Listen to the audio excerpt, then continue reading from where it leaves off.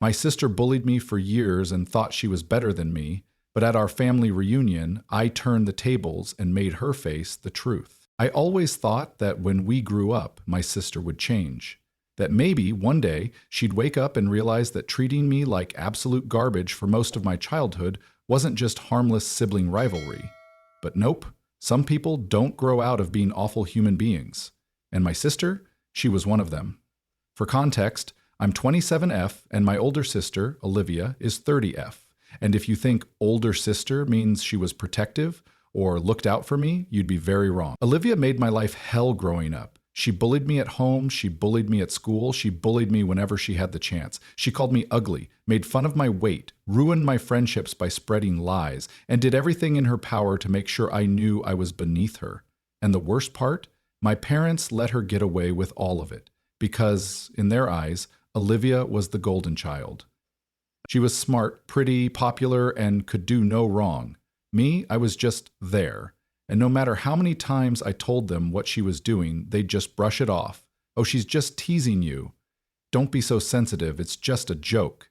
You need to toughen up if you want to survive in the real world. It didn't matter how much she hurt me, they never held her accountable. And eventually, I stopped expecting them to. You know how most kids grow out of bullying? Yeah, Olivia didn't. She didn't just pick on me when we were kids, she carried it into middle school, high school, and beyond. When I started getting acne, she called me pizza face in front of her friends. When I gained a little weight, she told me I'd be lucky if anyone ever dated me. When I actually did start dating someone, she told him I was clingy and weird. He dumped me 3 weeks later. And the thing is, she wasn't an outcast. She wasn't some bitter, jealous sister taking her anger out on me. She was popular. Everyone at school loved her. Teachers adored her. My parents worshipped her. And if I ever tried to tell anyone what she was really like, they'd just laugh and say, "Oh, that's just Olivia, she's so funny." Funny. That was what they called years of torment. By the time I turned 18, I knew the only way to have peace was to get the hell away from my family. So I did. I went to college out of state, got my own place, built my own life, and never looked back. I barely spoke to Olivia. She barely spoke to me. And I was totally fine with that. The weirdest part about going no contact with someone like Olivia, you start realizing just how much space they took up in your head. For years, I had been waiting for the next attack, the next insult, the next time she'd try to embarrass me in front of our family. But once I was out of the house, it all just stopped. No more cruel comments at the dinner table, no more anxiety walking into a room she was in, no more feeling like I had to prove myself every second of my life. I made new friends, real friends, who didn't tear me down every chance they got. I started taking care of myself, both mentally and physically, and for the first time ever, I felt like I could actually breathe. And Olivia? She just faded into the background. Occasionally, I'd hear about her through our parents. Olivia just got promoted. Olivia's boyfriend is amazing. Olivia is so successful, I never asked. I didn't care. Because for once, my life was completely separate from hers. And I planned to keep it that way. Then, last year, my parents threw a huge family reunion. They started planning it months in advance. And from the moment I heard about it, I knew Olivia would be there. At first, I debated not going. Why put myself through that? Why walk right back into a situation where I'd have to see her, deal with her, listen to her act like she was still queen of the world? But then, I realized something. I wasn't the same person I was when I left home. I wasn't the insecure, awkward little girl she used to pick on. I had changed, and if Olivia wanted to play her same old games, she was in for a rude awakening. At first, I wasn't planning on getting revenge. Really, I wasn't. I just wanted to show up, look amazing, and prove, to myself more than anyone, that I had moved on, that I wasn't afraid of Olivia anymore. But then, I saw her, and the second she opened her mouth, I knew exactly what I had to do. Because Olivia hadn't changed at all. She still had that condescending smirk, that tone of voice that made everything she said sound like an insult. And when she walked up to me, the first words out of her mouth were, "Oh my God, I almost didn't recognize you. You look so different," and not in a good way. It was that voice. The one she always used when she was insulting me in a way that sounded like a compliment. I just smiled. Because this time, she wasn't the one in control. I was, and she had no idea what was coming. I stood there, smiling at Olivia, while she looked me up and down with that same smug expression she had worn our entire childhood. "Oh my God, I almost didn't recognize you. You look so different." I knew exactly what she meant. Olivia had mastered the art of the backhanded compliment. It was her thing. She'd make it sound like she was being nice, but the tone, the smirk, the way she said it, it was all deliberate. She wanted me to feel small, like I was still the insecure little sister she could push around. I could tell she expected me to laugh awkwardly, duck my head, maybe mumble some self-deprecating response. That's how it always used to go. But this time, I wasn't playing along. I tilted my head, giving her a slow once-over, and smiled. "Wow, you look exactly the same." Her smirk wavered. I could see it, the slight twitch in her eye, the split-second flash of irritation. She wasn't used to me pushing back, and I was just getting started. I knew Olivia had been expecting something different from me. She had probably assumed I'd show up looking the same, acting the same, ready to fall back into my old role as her personal punching bag. She wasn't prepared for me to be confident. She wasn't prepared for me to be successful. She definitely wasn't prepared for me to be completely unfazed by her bullshit. I saw her struggling to adjust. "Yeah," she finally said, forcing a smile. "I guess I haven't changed much." I took a sip of my drink, still studying her, and that's when I noticed it. A tiny crack in the perfect image she had always tried to project. See, Olivia had spent her whole life being the star. She was the golden child, the one who had it all together. But now that I was looking closer, I could tell she wasn't as happy as she pretended to be. The fake smile, the forced cheerfulness, the way her eyes flicked around the room like she was checking to see who was watching. She was trying way too hard, and I knew, right then and there, that I wasn't the only one who had changed. Olivia had too, she just didn't want anyone to see it. For most of the night, I just observed.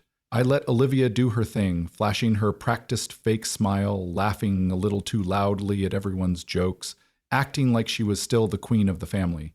But I wasn't the only one noticing cracks in her mask. I overheard snippets of conversation. I heard she and her fiancé broke up. "Yeah, she's back living with mom and dad. No, she didn't get that promotion. She actually got demoted." Oh, this was interesting. See, Olivia had spent years making me feel like a failure, like I'd never measure up to her, like my life would never be as good as hers. And now she was the one struggling, and I had all the power. It happened when we were sitting at one of the outside tables. I had been talking to my cousin Mark, who I actually liked. He was telling me about his new job, and I was filling him in on my own life. Nothing crazy, just normal, casual conversation. But Olivia, she couldn't stand it. She kept butting in, redirecting the conversation to herself, making sure everyone at the table knew about all the amazing things she was doing, most of which were exaggerated or straight-up lies. And then, out of nowhere, she turned to me and said, "So, OP, are you still, doing that little job of yours?" I smiled, because I knew exactly what she was trying to do. She wanted to make me feel small, like my career was just a cute little hobby, while hers was real and important. I set my drink down. "Oh, you mean my job as a senior marketing director?" Olivia's smile froze. "Oh," she said, blinking. "I didn't realize you were a director now." I tilted my head. "Yeah, got promoted last year. It's been great. Oh, and I just put a down payment on a condo." Silence. I could practically hear the gears grinding in Olivia's head as she tried to process this new information. See, Olivia had always been one step ahead of me. Better grades, better social life, better job. But now, I had passed her, and she hated it. Mark whistled. "Damn, OP, that's awesome." I smiled. "Thanks. Yeah, I've been really happy with where I'm at. What about you, Olivia? You're still at the same company, right?" She stiffened. I knew she had been demoted. I knew she wasn't doing as well as she wanted people to think. And now, she had to decide whether to admit it or keep up the act. She forced a tight smile. "Yeah, still there." Mark nodded. "Nice. Are you still in management?"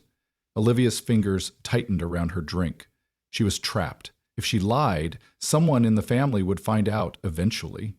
If she told the truth, she'd have to admit she wasn't as successful as she pretended to be. For the first time in our lives, she was the one who felt less than. I just sipped my drink and waited. Finally, she muttered, "I actually..." took a step back. "You know, just to focus on my personal life for a bit. Oh, this was delicious. I raised an eyebrow. Personal life? That's great. How's your fiancé? Her face went rigid. She knew I knew. I could tell she was dying to change the subject, but everyone was listening now. She cleared her throat. Actually, we broke up. Fake sympathy flooded my face. Oh no, that's awful. What happened? Her jaw clenched. It just didn't work out. I nodded slowly. That's too bad, but hey, at least you have your own place, right? Silence. I had her cornered, and I could see it, the way her cheeks burned, the way she shifted in her seat. She was trapped. For the first time ever, Olivia wasn't the one in control of the conversation. I was, and she hated every second of it. Olivia looked like she wanted to sink into the ground and disappear. For the first time ever, she was the one being put on the spot, the one being forced to admit that her life wasn't as perfect as she pretended it was, wasn't who she wanted to admit, wasn't the perfect as she pretended it was. I could see it all happening in real time, the way her shoulders tensed, the way her jaw locked, the way her eyes flicked around the table like she was searching for an escape route. But there wasn't one, because I had her cornered, and after years of her making me feel less than, I wasn't about to let her off the hook. She swallowed hard. I moved back home for a bit. I raised an eyebrow. So you're living with mom and dad again? She flinched, because we both knew exactly what that meant. See, Olivia had spent our entire childhood treating me like I was some pathetic loser who would never make anything of myself. She had mocked me for being awkward, for not having as many friends, for struggling with self-esteem. And when I finally got my life together, she hated it. Because now, she was the one who had to start over. She was the one who had failed. And I was thriving. Oh, I said, keeping my voice perfectly casual. That's nice. It must be really comforting to have their support. Olivia's nostrils flared. She knew what I was doing, and she hated it.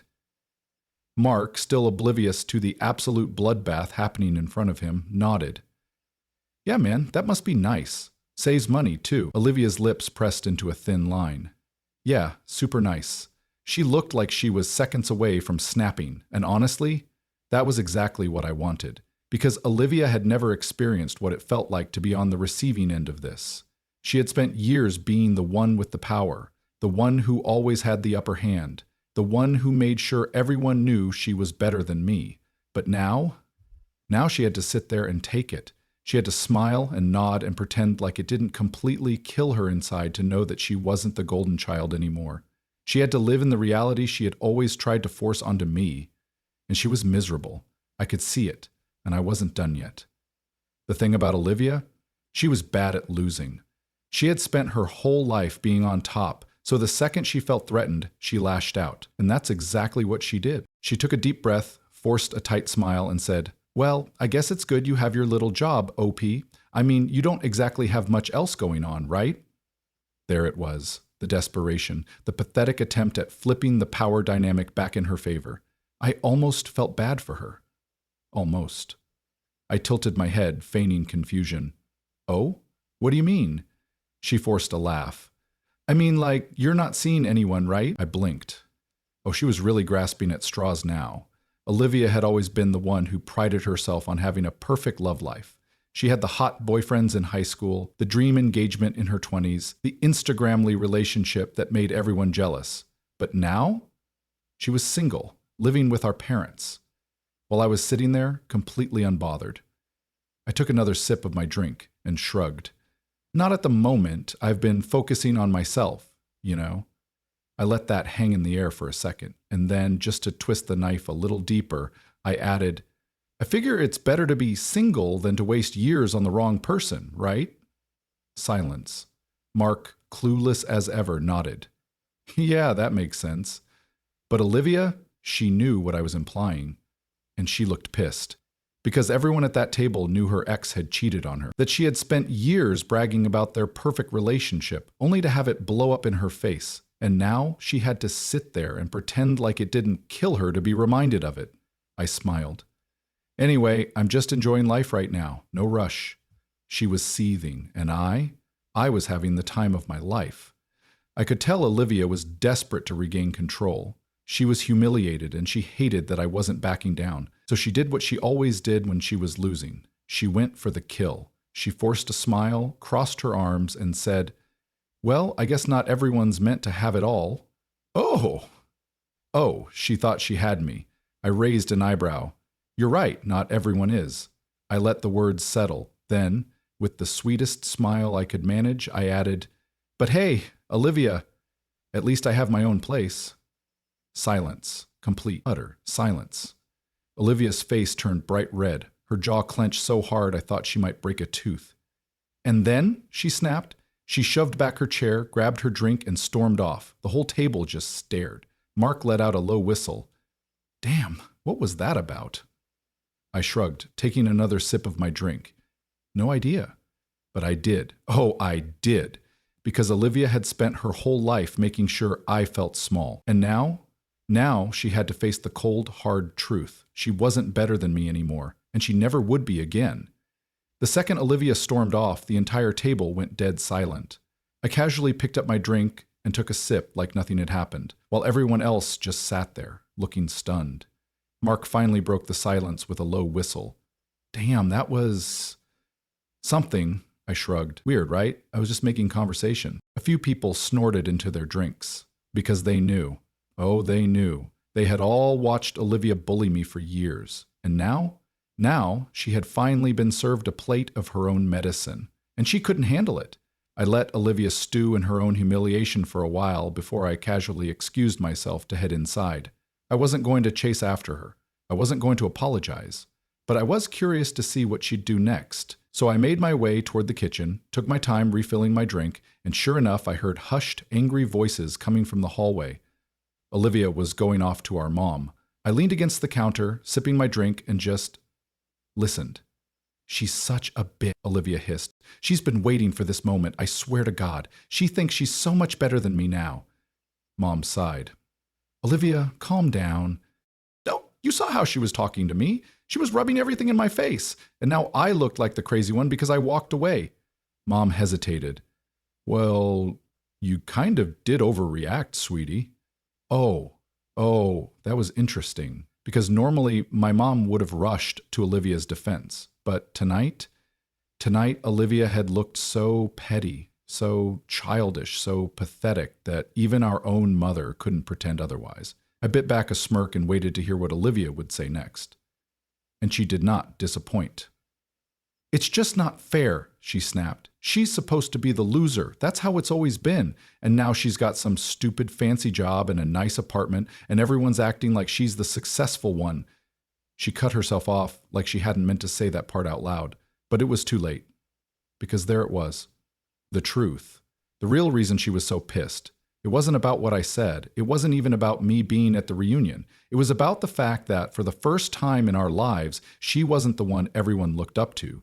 She wasn't the successful golden child. She wasn't the one who had everything together, and she hated it.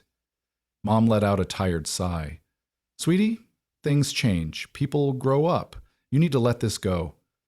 That was my cue to leave, because I had won. I didn't see Olivia for the rest of the night. She avoided me like the plague. I caught her glaring at me a few times from across the room, but she never came near me again. And honestly, that was fine with me. I had done what I came to do. I had shown up, stood my ground, and proven, to myself more than anyone, that Olivia couldn't hurt me anymore. She had no power over me. And that was the best revenge of all. The next day, I got a text from my mom. You and Olivia should talk. She's really upset about last night. I stared at the message for a second before typing back, I'm sure she is, but that's not my problem. Because for years, I had been expected to be the bigger person, to let things go, to keep the peace, to never fight back. But I wasn't that little girl anymore. I didn't have to let her walk all over me. I didn't have to apologize for defending myself. And I certainly didn't have to fix her bruised ego just because she finally got a taste of her own medicine. I didn't hear from Olivia for months after that. And honestly, it was kind of nice. No snide comments, no backhanded compliments, no constant feeling like I had to prove myself. I was just free. But then, one random afternoon, I got a text from Olivia. It just said, hey. I stared at it for a while, because for Olivia to text me first, Something had changed.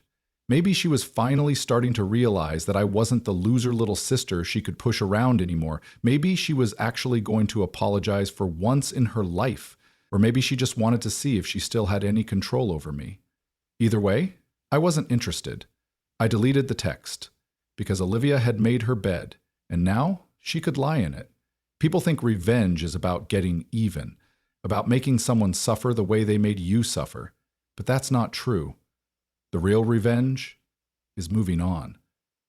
It's building a life you love, one where they don't matter anymore. It's showing them that no matter how hard they tried to keep you down, you rose anyway. And that's exactly what I did. Olivia could sit there and stew in her own bitterness all she wanted. She could hate that I was happy, successful, and unbothered. That was her problem, not mine. I had already won, and I didn't need her recognition, validation, or approval, because for the first time in my life, I didn't just feel equal to her, I felt above her. And that was the sweetest revenge of all.